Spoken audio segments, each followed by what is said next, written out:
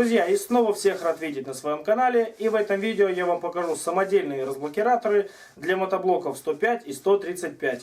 Проще говоря, это китайские мотоблоки с бензиновым или дизельным двигателем, с чугунным редуктором и с шестигранной осью привода на 32 мм. Друзья, я сразу скажу, что это не моя самоделка, а самоделка моего соседа. Наверняка вы сейчас подумали, а чем же я тогда занимался здесь целую зиму?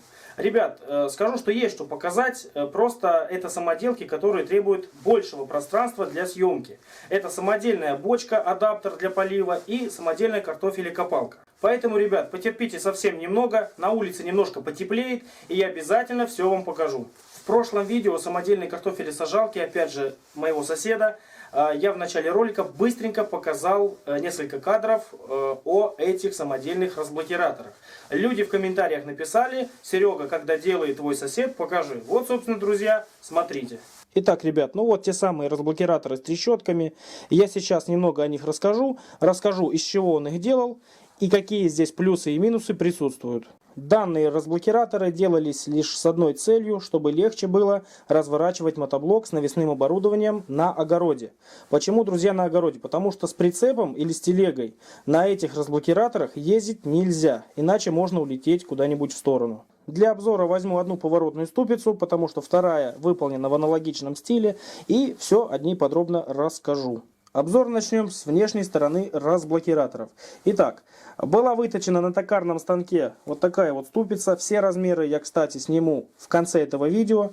В ступице стоит два подшипника 204-х. Один с этой стороны, с внешней, другой с внутренней стороны, как видите. Также на токарном станке была выточена вот такая вот пластина в виде блина. Опять же, размеры я все это укажу в конце видео. На нее были наварены вот такие кусочки металла, небольшие куски. И Серега их потом срезал немного под углом, чтобы легче было работать вот этому храповику. Чтобы не покупать и не тратить деньги, друзья, на заводские шестигранники, Серега сделал их самостоятельно. Взял обычную трубу, не помню сколько диаметром, по-моему около 35 мм. Взял 32-й шестигранник, кувалду, молоток и наковальню, и с помощью всего этого инструмента выбил вот такие вот интересные шестиграннички.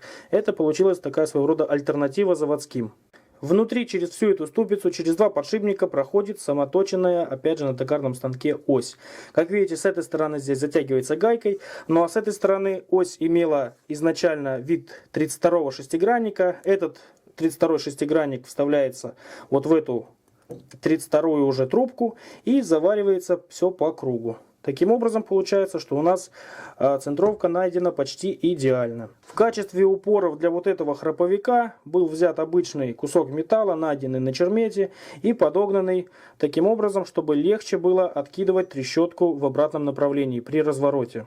Количество упоров по диаметру составляет 14 штук.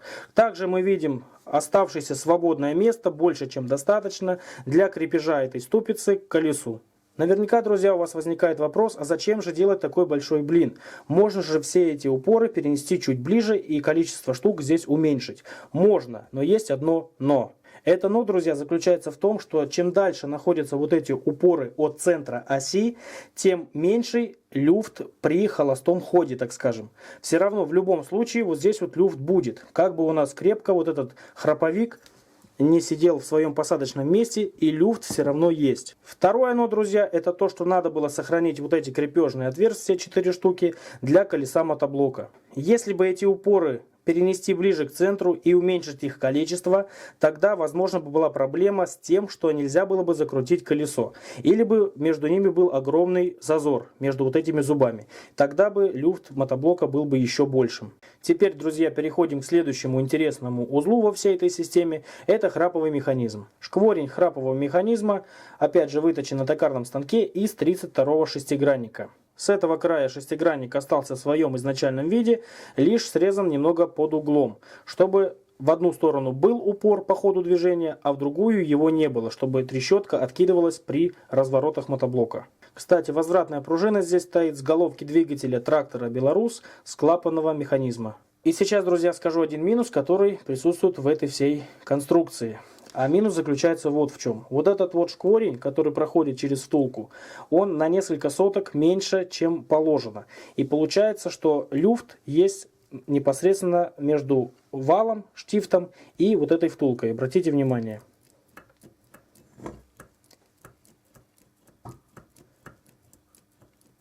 Люфт, конечно, ребят, здесь не критический, но все же автор готов его устранить после полевых испытаний. Если эта самоделка покажет себя хорошо, тогда будет переточен храповый механизм. В качестве втулки под храповый механизм взят опять все тот же 32-й шестигранник. Он приварен на центральную стойку. Как видите, она здесь внушительных размеров, внушительной толщины. И усилена с двух сторон еще пластинами, якобы для увеличения прочности. Теперь, друзья, снимем необходимые размеры для того, чтобы облегчить вам процесс сборки при построении таких же разблокираторов. Расстояние от посадочного места для колеса до края ступицы равняется 65 мм. Диаметр ступицы 56 мм.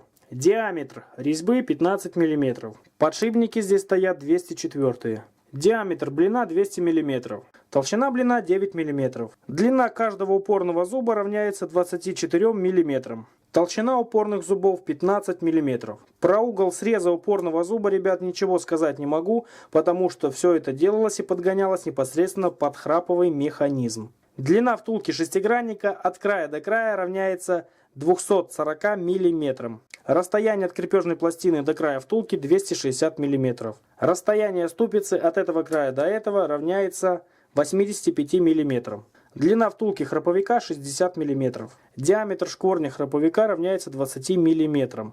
Ну, плюс-минус несколько соток. Общая длина храповика 170 мм. Длина шкворня храповика 150 мм. Расстояние от втулки храповика до шестигранника примерно 52 мм. Толщина стойки между храповиком и шестигранником равняется 20 мм.